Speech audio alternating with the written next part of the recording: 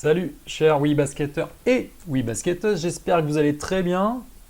Je vais très bien, je suis très heureux de vous retrouver pour un nouvel entre-deux semaines de basket féminin au programme Espagne-France, le TQO 2020, il y a pas mal d'infos à ce niveau-là. Qualification pour l'Euro 2021, voilà c'était une semaine internationale qu'on a vécue. Un petit point mercato avec deux infos intéressante et un focus sur une certaine Valériane. Je vous laisse deviner de qui il s'agit. Allez, c'est parti, on y va. On commence par Espagne-France. Vous savez, il y a eu deux confrontations amicales cette semaine, une vendredi et une dimanche.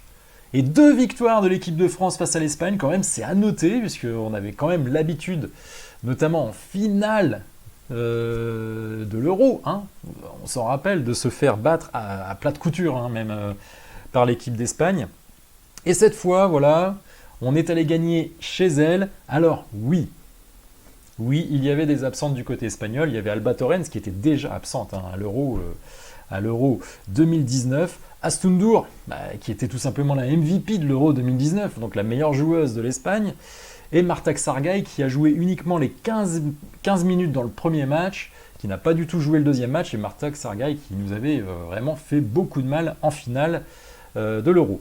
A noter quand même que du côté de l'équipe de France, il manquait aussi Sandrine Gruda, qui était tout simplement la meilleure joueuse de l'équipe de France à l'Euro, et Ornella Bancolé, donc qui n'est pas forcément une joueuse majeure de l'équipe de France, mais qui était absente, forfait pour ces deux confrontations.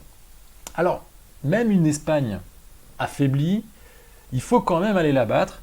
Donc bravo aux filles de l'équipe de France d'être allées gagner en dominant même globalement les deux rencontres. Alors la première rencontre, l'Espagne a vraiment souffert d'un problème d'adresse, mais c'est aussi parce que l'équipe de France a défendu tellement dur dès le début du match que les Espagnols ont un petit peu perdu confiance. Dans le second match, on a eu aussi une domination, notamment au retour des vestiaires de l'équipe de France en début de deuxième mi-temps.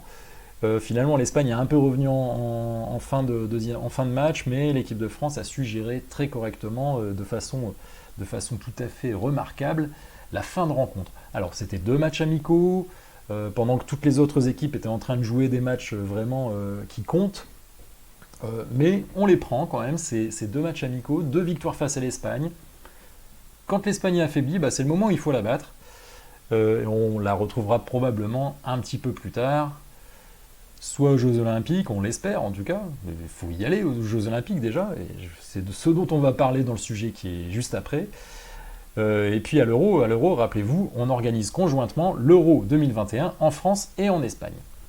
Et justement, c'est le sujet aussi là en dessous, puisque c'était international. On parle de tout maintenant. Hop, allez, on va aller au TQO. Au TQO, en fait, il y a eu des tournois avant le TQO. On a les TQO, on aura 4 tournois de TQO qui auront lieu en février, je vous en parle un tout petit peu après. Et avant ça, hormis en Europe, il y avait des tournois de pré-qualification au tournoi de qualification, donc TQO c'est tournoi de qualification olympique. Donc il y avait des pré-tournois de qualification olympique, notamment en Afrique. En Afrique, comment ça se passait? On avait les 6 premiers du dernier Afrobasket qui se sont retrouvés pour faire à nouveau un tournoi. Ce qui, entre nous, est peut-être un peu inutile. Vous pouvez prendre les deux finalistes, par exemple. Puisqu'en fait, l'Afrique doit délivrer 2 équipes pour participer au TQO. Bon, l'Afrique a refait un tournoi avec les 6 premiers du dernier Afrobasket, qui étaient le Nigeria, le Mozambique, le Sénégal, le Mali et l'Angola. Et déjà, dans le groupe A, comme vous pouvez le voir ici, eh bien, la République démocratique du Congo n'a pas participé. Finalement, a déclaré forfait, n'a pas participé au tournoi. Donc il y a eu un seul match dans le groupe A, c'était Nigeria-Mozambique. C'est le Nigeria qui a gagné, mais les deux équipes étaient qualifiées. Donc le Nigeria est ensuite allé rencontrer le Mali, qui avait terminé deuxième du groupe B, derrière le Sénégal. Le Nigeria a battu le Mali 74-59. Et donc le Nigeria va au TQO, le Mali n'ira pas ni au TQO, donc ni aux Jeux Olympiques. Et dans l'autre match, là, c'est une vraie contre-performance, désillusion de l'équipe du Sénégal qui a perdu à domicile face au Mozambique, au surprenant Mozambique, avec des joueuses assez peu référencées. Donc victoire du Mozambique sur le terrain de Dakar sur le score de 56-49. Petites infos sur les joueuses qui composent ces équipes. Dans l'équipe du Nigeria, on a Ezine Kalou et Promise Amou Kamara qui jouent en championnat de France. Ezine Kalou qui joue à Landerneau, Promise Amou Kamara qui joue à Charnay. Il y a aussi Victoria Macaulay qui avait fait un passage à Nice il y a quelques années, je crois que c'était en 2017 me semble-t-il. Du côté du Sénégal, on a les joueuses qu'on connaît assez bien, qui seront éliminées. Du côté du Mali aussi. Du côté du Sénégal, Bintou Marizi Diémé, Mamari Sidiop et Lalawan. Et du côté du Mali, il y avait Touti Gandega, Kankou Koulibaly. Donc Touti Gandega qui joue à Angers, si ma mémoire ne me fait pas défaut. Kankou Koulibaly qui joue à Saint-Amand et Mariam Koulibaly qui joue à Landerneau. Concernant Mamari Sidiop, elle est revenue à Villeneuve et Lalawan joue à Monaco. Donc pas d'équipe africaine francophone au TQO. On aura des anglophones, le Nigeria qui est en train de dominer l'Afrique vraiment ces dernières années, et le Mozambique, ça parle portugais au Mozambique. Donc équipe lusophone. Autre groupe de préqualification au TQO, l'Amérique. Alors l'Amérique, l'ensemble du continent, Amérique du Nord et Amérique du Sud. Et là, c'était la même chose, il y avait deux groupes, mais pas de demi-finale, puisqu'on envoie 4 équipes au TQO. Donc les 2 premiers de chaque groupe sont qualifiés. Nous avons le Canada de Nayo Rencock et Kounoué, qui a joué à Nantes et à Bourges, et qui maintenant est à Orenbourg. Kim Gaucher, la Mondevillez, Miranda Haïm, la joueuse de Basketland, qui ont fait partie de cette équipe du Canada. Il n'y avait pas les sœurs Plouf dans cette équipe, en tout cas dans ce tournoi. On les retrouvera par la suite. Donc le Canada a fini premier devant Porto Rico. À Porto Rico, pas de joueuse qu'on connaît ici en France. L'équipe des États-Unis, c'était la grosse équipe. Il y avait Diana Taurasi et Sue Bird qui ont très peu joué en WNBA cette saison puisqu'elles étaient blessées toutes les deux. Elles ont été impactantes dans ce tournoi. Et du côté du Brésil, nous avons Clarissa Dos Santos qui joue à Lyon et Virgile Lopez qui était la saison dernière l'assistante Thibaut Petit à Montpellier, qui est aujourd'hui assistant au Brésil dans l'équipe nationale. 3e pré-tournoi de qualification. J'ai mis Amérique. C'est un copier-coller malvenu, c'est l'Asie. Alors là, on a un peu moins de joueuses. Donc Asie, tiens d'ailleurs, Asie, hop, on va mettre un tiret, puisque c'est Asie-Océanie, comme vous pouvez le voir. Il y a la Nouvelle-Zélande et l'Australie. D'ailleurs, l'Australie qui s'est qualifiée. Donc là encore, même système qu'en Amérique, on envoie 4 équipes au tournoi de qualification olympique. Et donc, c'est les 2 premières de chaque groupe.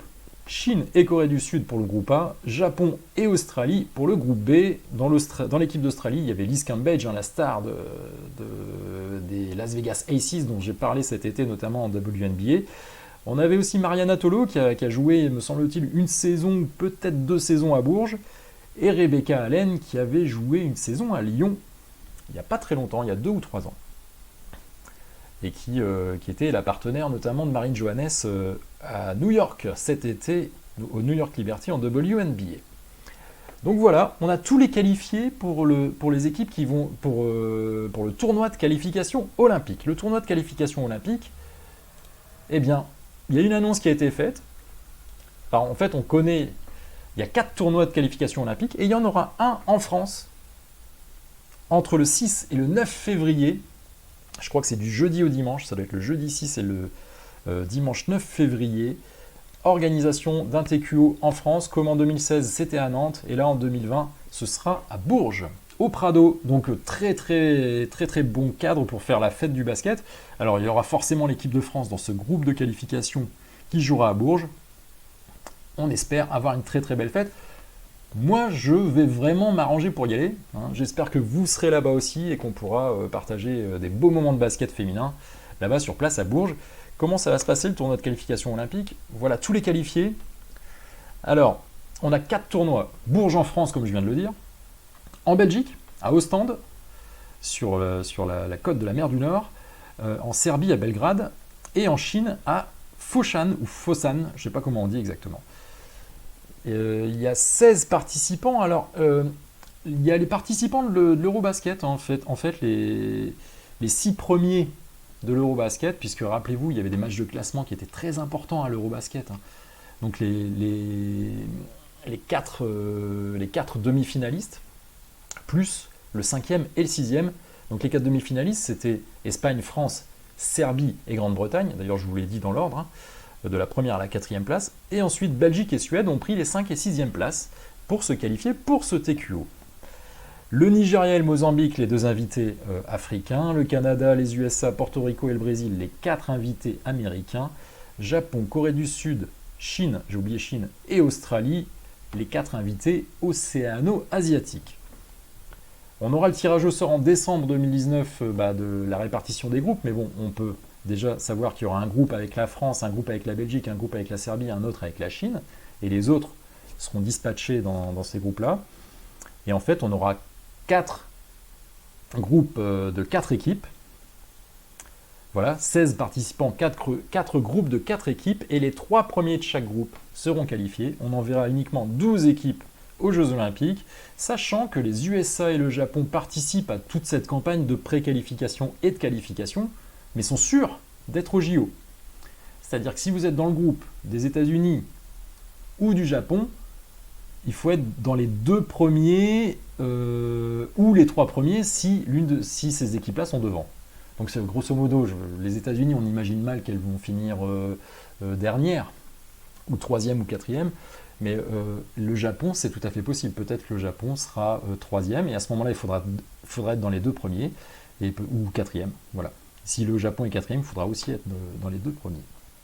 Allez, c'en est tout pour le TQO. Je vous donne rendez-vous d'ores et déjà pour Bourges, du 6 au 9 février. On se retrouve là-bas. Et on va passer au sujet suivant. Le sujet suivant, c'est l'Eurobasket 2021, puisque, comme vous le voyez, les équipes européennes ne jouaient pas de tournoi de pré-qualification olympique cette semaine.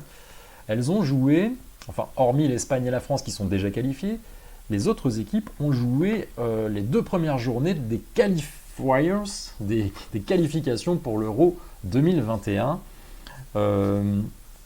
Qu'est-ce qu'on peut noter? Alors là, vous avez tous les résultats. La Norvège a perdu face à la Bulgarie, la Slovénie a battu la Grèce, la Suède est allée gagner en Israël, la Russie a perdu à domicile face à la Bosnie-Herzégovine, 69 à 70. La Suisse a battu l'Estonie. Voilà, je ne vais peut-être pas tous les faire, hein. Je vous laisse regarder les petits drapeaux si vous arrivez à les reconnaître notamment. À noter quand même qu'il y a quand même la Belgique et l'Ukraine qui sont dans le même groupe. La Belgique a battu l'Ukraine 83 à 66 lors de la première journée.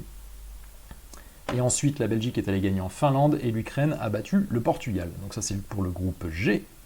Ensuite, qu'est-ce qu'on a d'intéressant? Oui, la Serbie et la Turquie qui sont dans le même groupe. Avec la Lituanie. Quand même, là, c'est un peu le groupe de la mort. Hein. Et puis l'Albanie, qui est le petit poussé du coup du groupe. La Serbie qui a battu la Turquie de 4 points uniquement, 59 à 56 lors de la première journée. La Lituanie a disposé largement de l'Albanie. Et pour la deuxième journée, la Serbie a mis un éclat de 100 points en Albanie. Est-ce qu'il ne faudrait pas faire des divisions quand même, hein, parce que là, vraiment, on s'aperçoit que le basket féminin en Albanie, c'est très faible. Et en plus, le basket féminin en Serbie, c'est très fort. Et dans l'autre match, c'est la Turquie qui a battu la Lituanie 74 à 51. Je regarde s'il y a d'autres groupes intéressants. Oui, le groupe de la Croatie et de l'Allemagne. D'ailleurs, la Croatie et l'Allemagne se sont rencontrés en deuxième journée. Il y a la Lettonie aussi dans ce groupe-là. Donc c'est le groupe I. L'Allemagne a battu largement la Macédoine. Pareil, c'est c'est la Macédoine, ce drapeau-là. Je suis juste en train de me demander si je fais pas une erreur. Non, le Monténégro, c'est ici. Voilà, le Monténégro, c'est dans l'équipe dans le groupe de la Suède. Donc c'est bien le drapeau de la Macédoine, donc qui a pris un éclat face à l'Allemagne et qui a aussi pris un éclat face à la Lettonie. Mais du coup, dans ce groupe-là, Croatie-Allemagne, c'est la Croatie qui l'a emporté 93 à 86. Oui, la Grande-Bretagne aussi est à surveiller.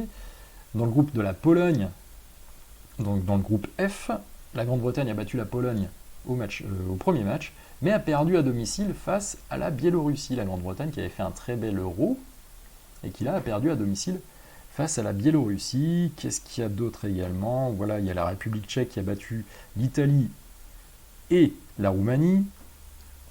Et l'Italie qui a battu le Danemark dans ce groupe D. Et voilà, on a fait un tout petit peu le tour. Oui, la Hongrie quand même à regarder. La Hongrie qui est dans le groupe de la Slovaquie et des Pays-Bas. Et les Pays-Bas ont battu la Hongrie en fait au match 1. Et la Hongrie a battu la Slovaquie au match 2. Vous voyez, toutes les équipes n'ont pas 2 matchs d'ailleurs. Parce qu'il y a certaines équipes qui ont... Il y a certains groupes où il n'y a eu qu'un seul match. Voilà un petit peu pour les... Allez, on passe rapidement sur ces qualifications pour l'Euro. On aura l'occasion d'en reparler un petit peu plus tard, quand ça va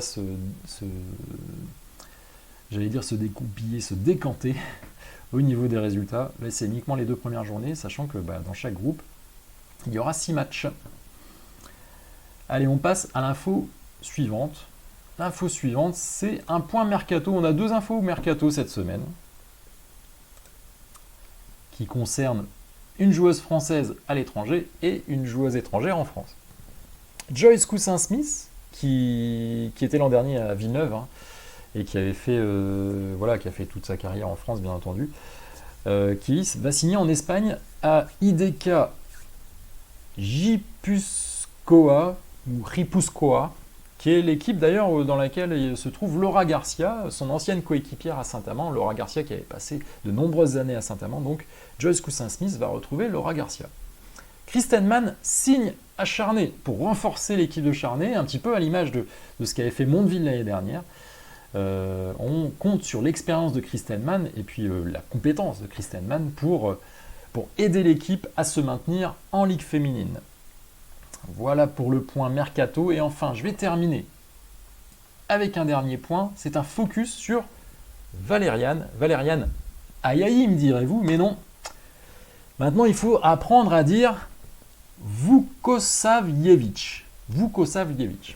Allez, dites-le après moi. Vukosavljević. Vukosav, ça ressemble un peu à Yougoslave. Et puis Ljević, voilà, moi c'est la manière que j'utilise pour retenir un petit peu ce nom compliqué. Et pourquoi je parle de Valériane Ayayi Vukosavljević ? Parce que tout simplement, elle a atteint sa 100e sélection lors du 2e match face à l'Espagne. Alors, allez, un petit rappel. Valériane Ayayi, elle est ailière, elle mesure 1m83, elle a 25 ans, elle a déjà 100 sélections à 25 ans, c'est pas mal du tout. Franchement, elle peut aller très loin au niveau des sélections, elle a été sélectionnée très jeune en équipe de France. Et puis maintenant, c'est vraiment une cadre de l'équipe de France. Et puis lors du 2e match, pour sa 100e sélection, 15 points, 5 rebonds, 5 passes décisives, 29 d'évaluation, meilleure joueuse de l'équipe de France, MVP pour sa 100e sélection. Et puis pourquoi elle s'appelle Vukosavljević maintenant ? Puisqu'elle s'est mariée à Filip Vukosavljević, qui est un joueur professionnel serbe qui joue en République tchèque, dans le même pays que Valériane Ayayi, puisqu'elle joue à l'USK Prague. Filip joue au BC Kolín. Et ils se sont mariés tous les deux juste après l'Euro 2019, donc au mois de juillet. Et c'est pour ça que depuis le mois de juillet, on doit dire Valériane Vukosavljević. Voilà, c'est un peu compliqué, mais on va essayer de s'y faire. Petit retour sur le parcours quand même de Valériane Ayayi, dite maintenant Vukosavljević. Elle a joué, c'est quelqu'un de la région de Bordeaux, elle a joué à Bassan et au Bouscat, donc en Gironde, puis ensuite à Basketland, qui est le club professionnel le plus proche de la Gironde, et elle a fait un parcours au CFBB, voilà, j'ai fait une petite erreur de frappe. C'est le CFBB, le centre fédéral de la Fédération française de basketball. Donc 3 saisons de 2009 à 2012. Ensuite, elle est revenue à Basketland pour ses premières années professionnelles. Et ensuite, c'est en 2014-2016, 2 saisons au BLMA, un titre de champion de France, 2 Coupes de France. Retenez bien. Elle fait une pige à San Antonio en WNBA en 2015. Ensuite, elle signe en 2016-2017 à l'ESBVA Lille Métropole, championne de France. Notez bien, une saison championne de France. Ensuite, elle signe à Bourges, une saison championne de France et Coupe de France. Et depuis 2018, elle est à l'USK Prague, donc depuis 2018, maintenant elle a fait une saison, elle fait sa 2e saison à l'USK Prague, championne de République tchèque et demi-finale d'Euroleague. Alors, c'est quand même une particularité, c'était déjà une particularité dans le championnat de France jusqu'à la saison dernière, elle avait gagné les 4 derniers titres de champion de France. 2 avec le BLMA, celui de l'ESBV à Lille Métropole et celui de Bourges en 2018. Et ajouté à cela 3 Coupes de France. Et en plus, elle a cumulé, en fait, ça fait 5 ans qu'elle est championne de son pays, Valeriana Yayi, puisque elle est championne maintenant à l'USK Prague. Alors, il y a un petit peu moins d'adversité en République tchèque qu'en France, mais quand même, il faut souligner la performance. Et puis, j'ai l'habitude de dire que Valeriana Yayi Vukosavljevic, en fait, elle se révèle dans le money time, dans les moments importants. L'an dernier, je me rappelle quand, justement, en Euroleague, en quart de finale, elle avait fait des très très gros matchs face à Fenerbahçe. Et donc, elle sait, je me rappelle aussi que pour le titre de Villeneuve, elle avait vraiment été très très active dans les très très gros matchs, et sur la fin de saison, sur les playoffs, etc. Donc c'est quelqu'un qui est capable d'élever son niveau de jeu et son niveau comment dire, d'impact sur la décision des matchs quand ça compte. Et ça, c'est très important d'avoir une joueuse comme ça. Elle a un très bon bagage technique et elle a un énorme potentiel athlétique. Donc déjà à 25 ans, joueuse cadre de l'équipe de France. Et puis vraiment, on peut compter sur elle pour l'avenir. Voilà, c'en est terminé pour cette émission. Je vais essayer de faire un petit focus pour chaque émission, à chaque fois en fin d'émission. Comme je vous l'ai dit la dernière fois, n'hésitez pas, proposez-moi des sujets, des joueuses, des équipes. Là, c'était l'occasion, c'était sa 100e sélection, elle a fait un gros match. En plus, elle a changé de nom, donc il y avait deux petites infos à donner. Si vous avez aimé cette émission, mettez-moi un petit pouce bleu, un petit like, ou une réaction, un cœur, comme vous voulez, ça fait plaisir. Et puis voilà, ça permet d'aider au référencement d'une vidéo sur le basket féminin. Si vous voulez bien entendu voir tous les contenus, abonnez-vous, cliquez sur voir en premier sur Facebook.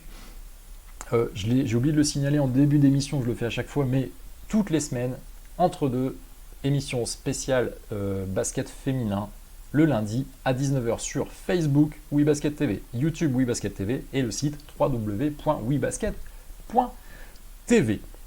Dernière chose, n'oubliez pas d'aller télécharger la vidéo, si ce n'est déjà fait, qui s'appelle Joue-la comme Proust, où j'ai interviewé 5 joueuses de ligue féminine en leur posant des questions de psychologie. Vous trouverez le lien dans la description. Je vous souhaite une excellente soirée, je vous dis à très bientôt et vive le basket féminin. Ciao ciao.